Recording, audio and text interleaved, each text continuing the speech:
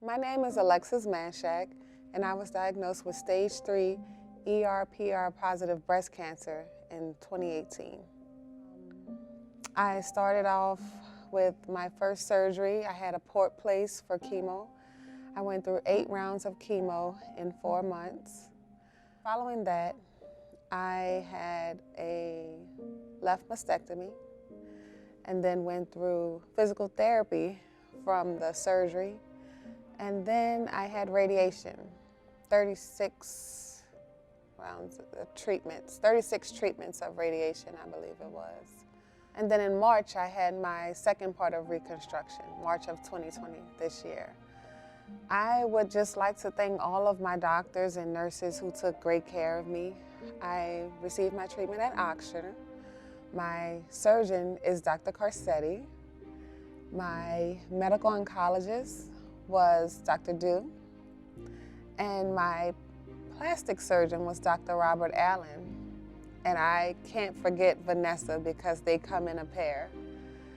I also would like to thank my husband for being with me every step of the way and picking up the slack at home and with the kids, and especially the kids. I want to thank the kids because they really grew up and helped with the journey and everything that we had going on as a family.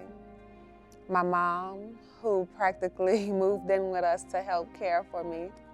I know it was hard for her to watch me go through that, but she was there supporting me, handing me cards all the time, and that really encouraged me, and I can't thank her enough for that.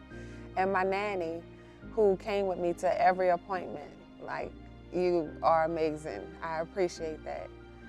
I also want to thank all of my family and friends. If you ever sent me a text, even just a text, and asked me how I was doing, it means so much to me.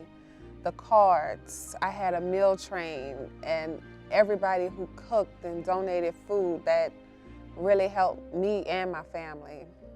I can't forget my work family for being supportive, my Tyler family, my Washington family, everybody. I will not name names because I'll forget some people and I don't want to exclude anybody, but anything that you ever did to help me through this journey is because of you that I'm still here. And this is my story.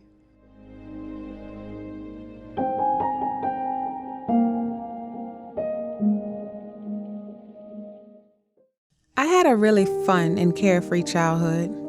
My favorite things to do with my brothers, cousins, and friends was to go outside and play. From riding bikes, skating, playing basketball, football, soccer, baseball, to having our own Mardi Gras parades. You're not really from New Orleans if you've never had your own parade. We didn't have everything growing up, but we were very well taken care of and surrounded with love. My mom and dad divorced when I was around 9 years old, so she raised us as a single parent. I know it was hard for her, but she made a way for me to still do everything I wanted to do, from playing basketball, volleyball, softball, and going to dance school as a little girl.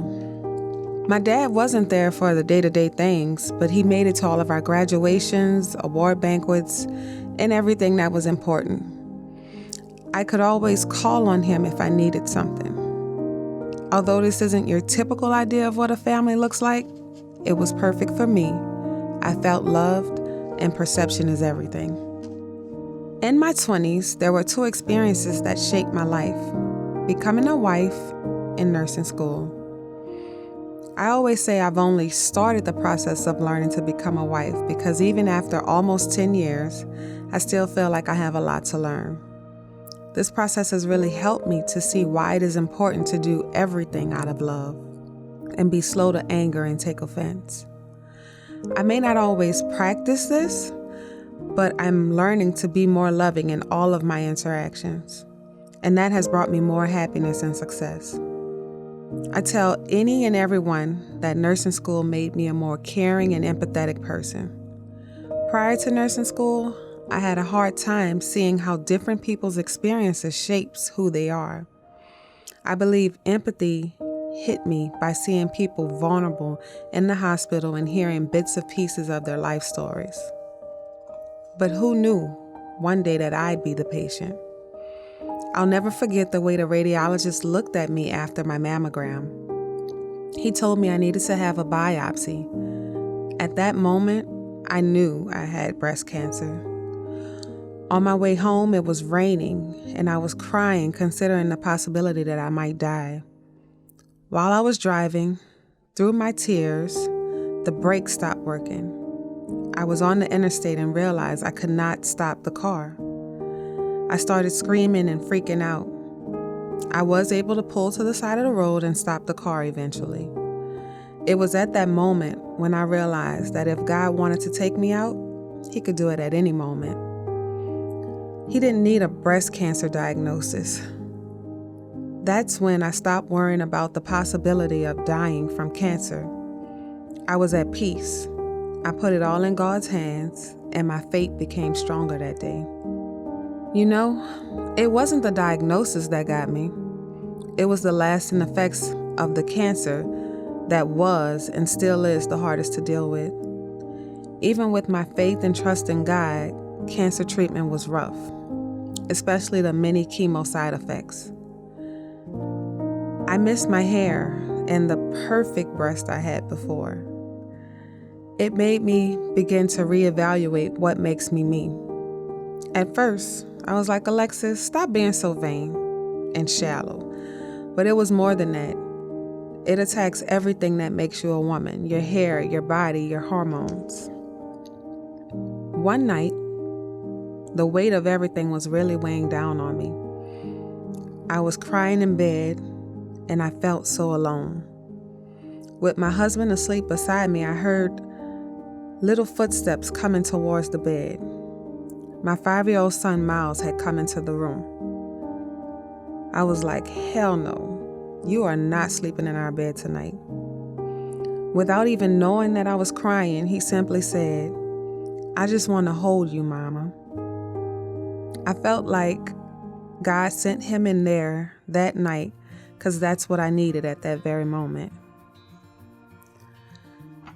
As a nurse, I take care of all my patients like I would take care of my family, with love and care. I truly believe all the problems we have in the world can be solved with true, genuine love. I have to be here to show more love. The world would be a much better place if we all adopted this philosophy.